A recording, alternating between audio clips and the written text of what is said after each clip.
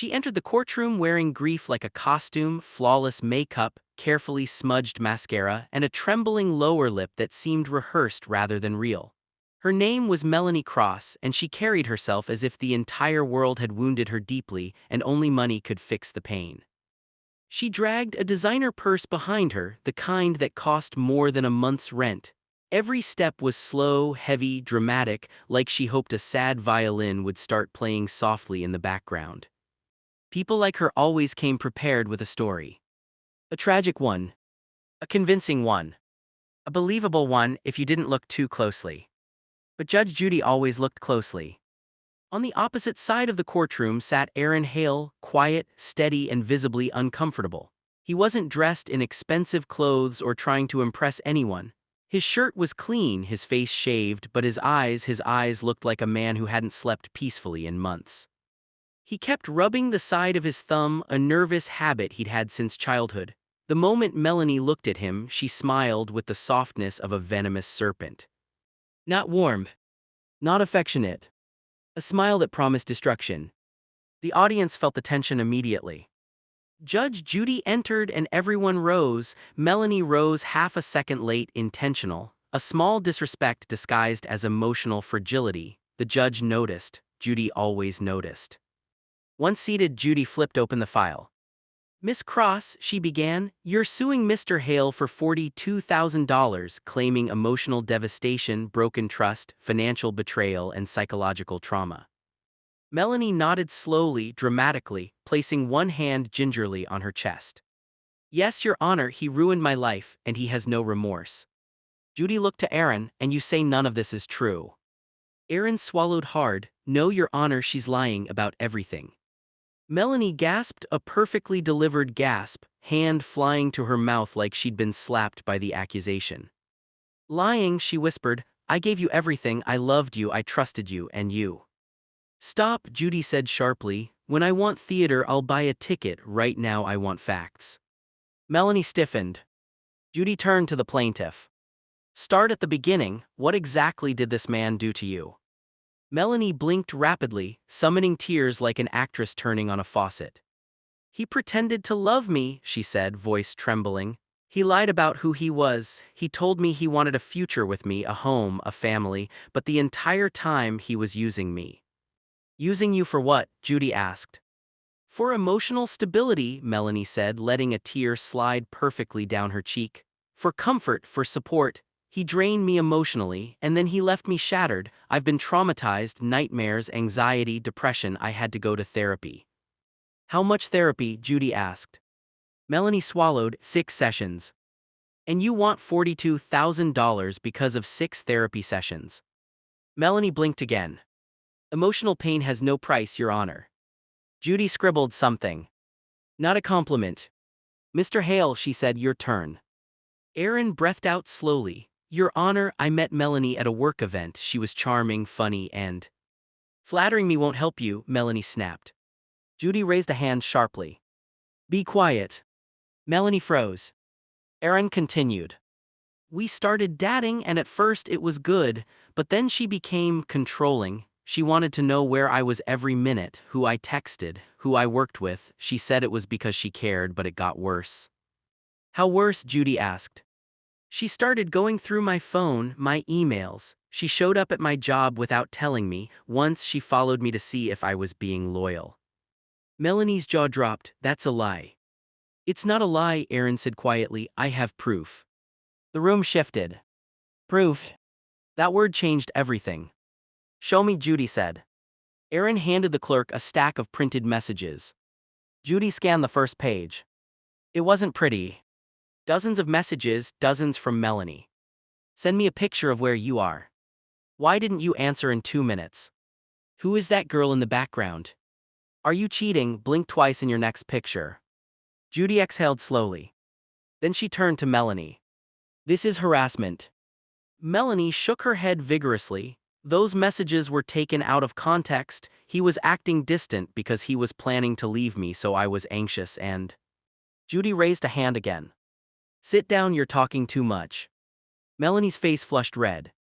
Judy returned to Aaron. "What happened next?" Aaron swallowed. I tried to break up with her. Tried. Judy caught the word. Why tried? Because she threatened to ruin me. The courtroom went silent. Melanie's head snapped toward him. I never. Judy's finger pointed. Do not speak. Aaron continued, voice lower now. She said she'd tell my boss I was harassing her. She said she'd post lies about me online. She even threatened my family. The judge's face tightened. And she asked softly. One night she came to my apartment crying, saying she felt unsafe alone. I let her stay on the couch. The next morning she told me if I didn't stay with her, she would tell the police I laid hands on her. A stunned hush filled the room. Melanie stood up. That is a disgusting lie, I would never. Sit, Judy barked. Melanie sat. Judy leaned back in her chair. So how did the relationship end? I finally recorded her, Aaron said, reaching into his pocket. I didn't want to, but she wasn't leaving me any choice. Melanie's face went bone white. You recorded me, she whispered, voice small. Aaron nodded. Judy's eyebrow lifted. What's in the recording? Her admitting she would destroy my career if I left, and her saying she deserved compensation because she wasted beauty on a man who didn't appreciate it. Judy blinked. Play it. The clerk plugged in the phone. The courtroom speakers crackled. Then, Melanie's voice filled the room. Cold, sharp. Nothing like the trembling little victim voice she'd used minutes earlier.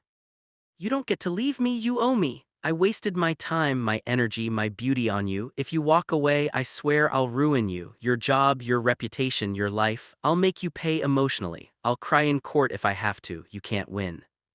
The room froze. Even the air stopped moving. Melanie's eyes widened with horror. She shook her head, whispering, That's edited, that's not I did. But the truth was out. The costume had slipped. Judy stared at her long, slow, unblinking. Like she was studying an insect under glass. Miss Cross, she finally said, you are a manipulative liar. Melanie's lip trembled. And you're suing him for emotional damage, Judy continued, when you're the one causing it. Melanie's hands shook. You don't understand. I understand perfectly, Judy snapped. You came here expecting an Oscar for your little performance. Instead, you gave me evidence of psychological abuse. The audience murmured. Melanie's face collapsed. Judy turned to Aaron.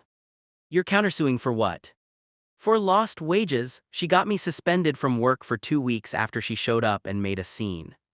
Melanie covered her face. Please, Your Honor, please.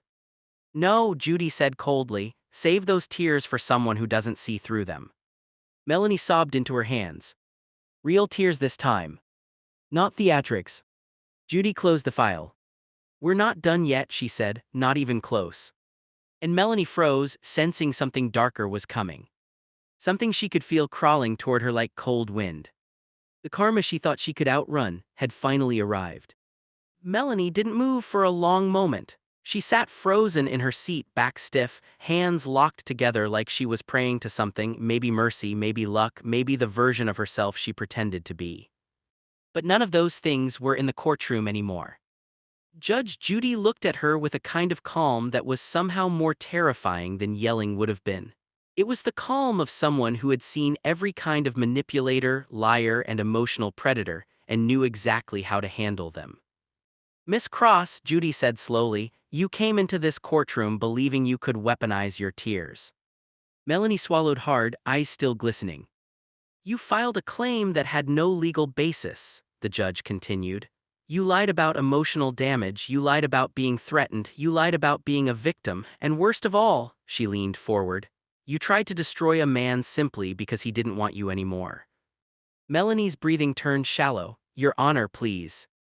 No, Judy said sharply, you are done speaking. The room fell silent again. Aaron looked down at his hands. He wasn't smiling, he wasn't celebrating. There was only relief and exhaustion, the quiet kind of release that comes after months of fear, months of walking on eggshells around someone capable of anything. Judy flipped through the papers again. You claimed $42,000 for emotional distress, she said, but based on the evidence, you're the one who inflicted emotional distress. Melanie's lip quivered. I was hurt too. Hurt? Judy snapped. Hurt people don't plan manipulative strategies. Hurt people don't say, I'll cry in court if I have to. Hurt people don't boast about ruining someone's life. Melanie's mouth opened, but Judy's hand shot up instantly. Quiet. Melanie froze mid-breath. Judy turned to Aaron. Tell me about the suspension from your job. Aaron nodded, voice steady. Yes, Your Honor, she came to my workplace unannounced. She started yelling. She told my boss I was abusive, that I hit her, that I manipulated her. Melanie let out a shattered sob. I wasn't thinking clearly. No, you were thinking strategically, Judy said coldly. There is a difference. Aaron continued. My boss had no choice but to suspend me while they investigated. I lost 2 weeks of pay. I almost lost my job entirely. Judy raised her eyebrows. And during this time, were you aware Miss Cross was posting about you online? Aaron nodded. Yes, Your Honor. Melanie squeezed her eyes shut. Let me guess, Judy said. She was calling you names, claiming you were dangerous, claiming you had harmed her. Yes, Your Honor. Melanie whispered. I deleted those. Deleting doesn't erase what you did, Judy said sharply, and it certainly doesn't erase the consequences. Judy leaned back, crossing her arms.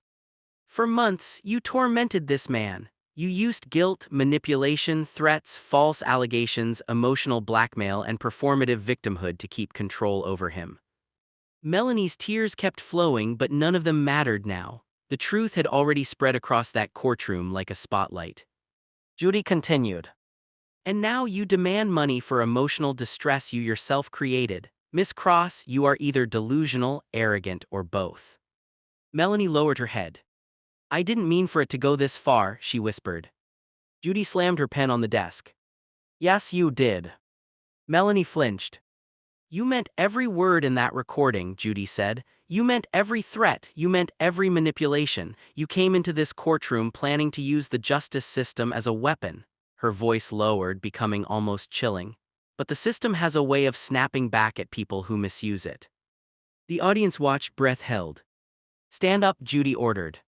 Melanie rose slowly, legs trembling. Look at him, Judy said. Melanie turned toward Aaron. Do you see what you've done? Judy asked. This man carries fear that you put in him, unease that you planted, anxiety that you cultivated. Melanie's voice shook. I'm sorry. No, Judy said. No, you're not. You're sorry because you got caught. Melanie's shoulders collapsed. Now for my judgment, Judy said, folding her hands. Aaron sat straighter. Melanie held her breath. I am dismissing your claim entirely, Judy said. Not just because it lacks merit, but because it is based on deception, manipulation, and outright lies. Melanie burst into tears. As for Mr. Hale's countersuit, I am granting it. Aaron inhaled sharply. Melanie's head jerked up. No, no, Your Honor, please. Quiet. At minimum, Judy continued, you owe him for lost wages, $2,800. Melanie covered her face. But that isn't all, Judy added. Melanie froze. You also owe him for emotional distress, and unlike your claim, his is legitimate. You manipulated him, threatened him, humiliated him publicly, and attempted to sabotage his livelihood. Melanie's breath hitched. Please. Judy ignored her. I am awarding an additional $5,000 in damages. Melanie staggered back like she'd been physically struck. No, Your Honor, I can't. You should have thought of that, Judy said sharply, before you turned heartbreak into cruelty. The courtroom was silent. Judy wasn't done. And one more thing. Melanie's eyes widened. You filed this case under false pretenses. You tried to deceive this court with staged tears and fabricated claims. That is not only manipulative, it is malicious. Melanie's hands trembled violently. So here is the final amount. You will pay Mr. Hale $7,800. Melanie gasped, collapsing back into her seat. But the real punishment, Judy continued, isn't financial. She leaned forward. It's that your lies are over, your performance is over, and now, for once in your life, you have to sit in the truth. Melanie cried so hard she couldn't breathe properly.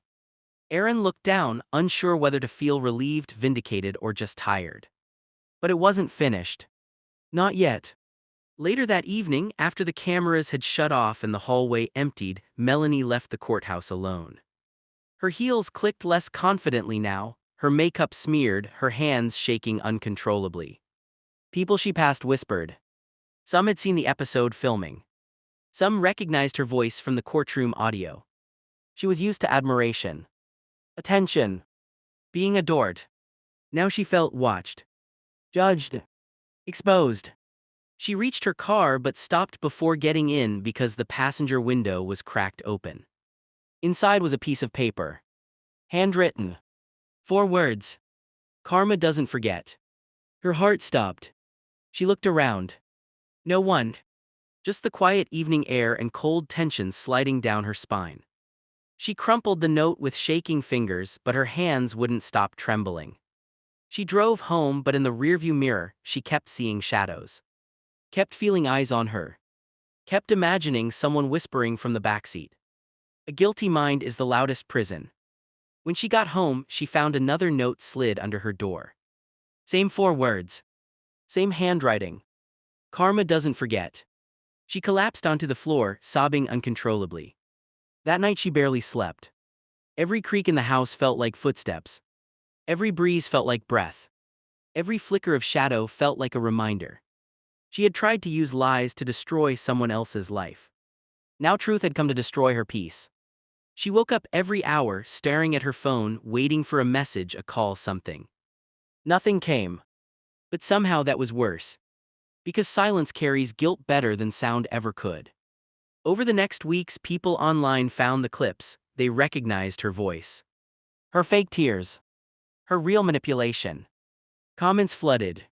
She's dangerous. She's a liar. She tried to ruin him. Eerie how calm she was while plotting. Her friends stopped replying. Her family kept their distance. Her reputation rotted slowly, painfully, publicly.